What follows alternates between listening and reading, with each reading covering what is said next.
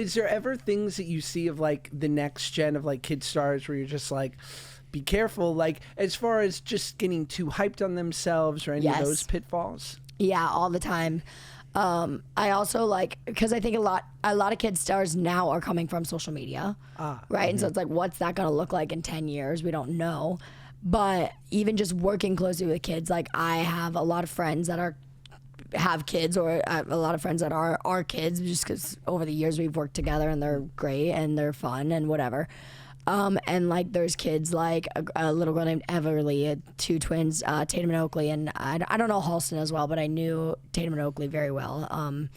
There's a little boy named Titus, and all of those kids, it's like anytime I've worked with them, I've been like, yes, like you got it, like you are not only so entertaining and so likable, but you also have it. Like whatever said it is, whether that be the passion behind it, whether that be the supportive family, like whatever the concoction is to make it work, you have it.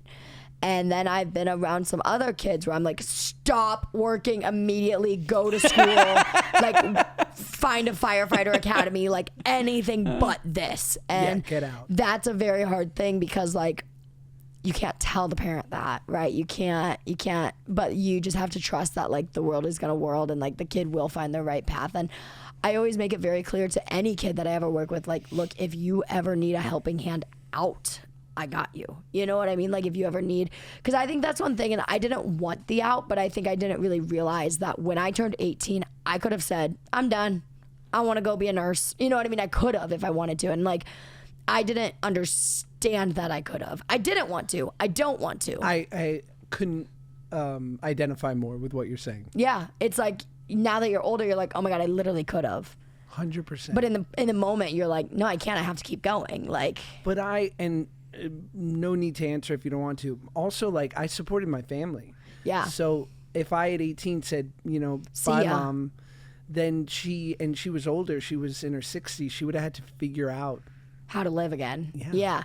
And it's tough because it's like, I think when you're in that position, you can't see that decision would be okay. That's right. Right? But when you're out of that position, you can look in hindsight and be like, okay, no, like we could have had money to live off of while everyone found a job, and like maybe we wouldn't have been living lavish with the millions, but like we would have been able to put food on the table if you would have gone to work, you know what I mean? Or if you would have figured it out, or even go into investments or remote work, or there's options, right? But I think that when you're so in it, you don't see that. And so that's why like one of those conversations that, and I haven't had to have them yet with the kids because they're very young yet. I mean, Everly's 10, Titus is maybe 9, Tatum and Oakley are 8. Like they're all really little. But when they are 15, 16, 17, like I will make sure that I have those conversations with them being like, look, in your position that you are in right now, you can leave it in your childhood.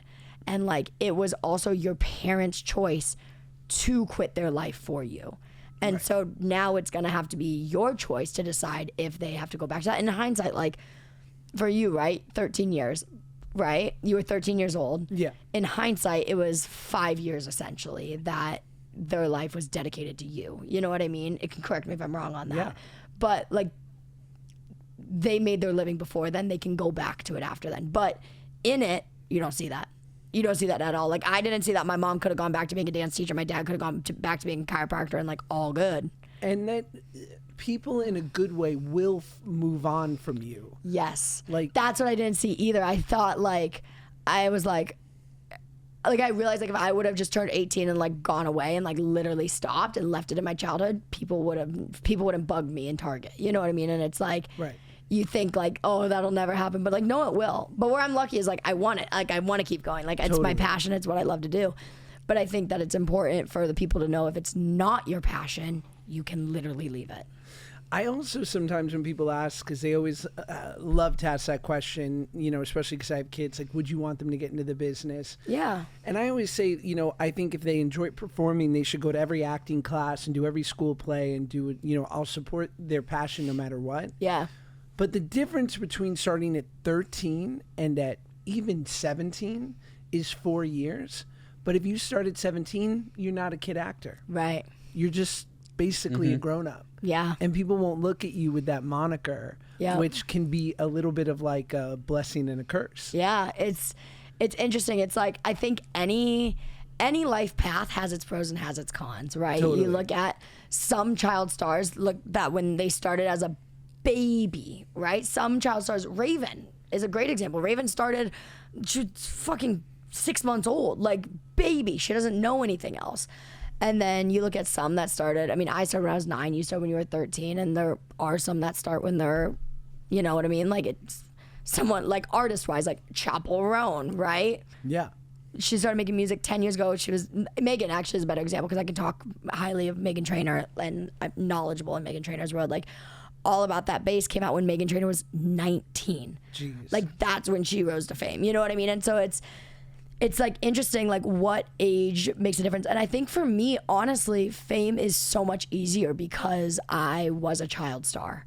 And like I kind of grew slowly. I think if I actually, in my case, if I had a whole life before, just say Karma came out, I would be like, what the fuck is this? I can't handle people being mean to me. I can't handle this. Why is everyone looking at me? Why are people wearing my makeup? Like, but because people wore my bows, it makes sense why people wear my makeup. You know what I mean? Like it all, and like my friend Tyler Cameron, who's like literally my family, he always says like because he grew to fame when he was mid-20s.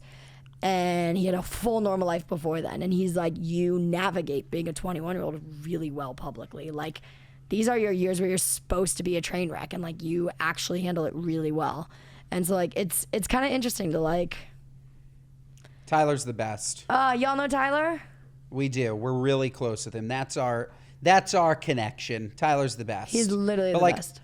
I'm literally sitting here. I just want you guys to know, listening to the best podcast ever. Like that last 10 minutes, I was just like like in the audience and like listening to the Inside Baseball. Like sometimes it doesn't translate. Like we've had guests where it doesn't. Like that was awesome. Oh, thank you. And like it's just such like a unique perspective. Like you don't realize that you can get out, and like as people that aren't child stars, like we decide what we want to be when we're 18. That's like, another interesting thing. Or really when we're 22. Like if you go to school, you have so much time to figure it out.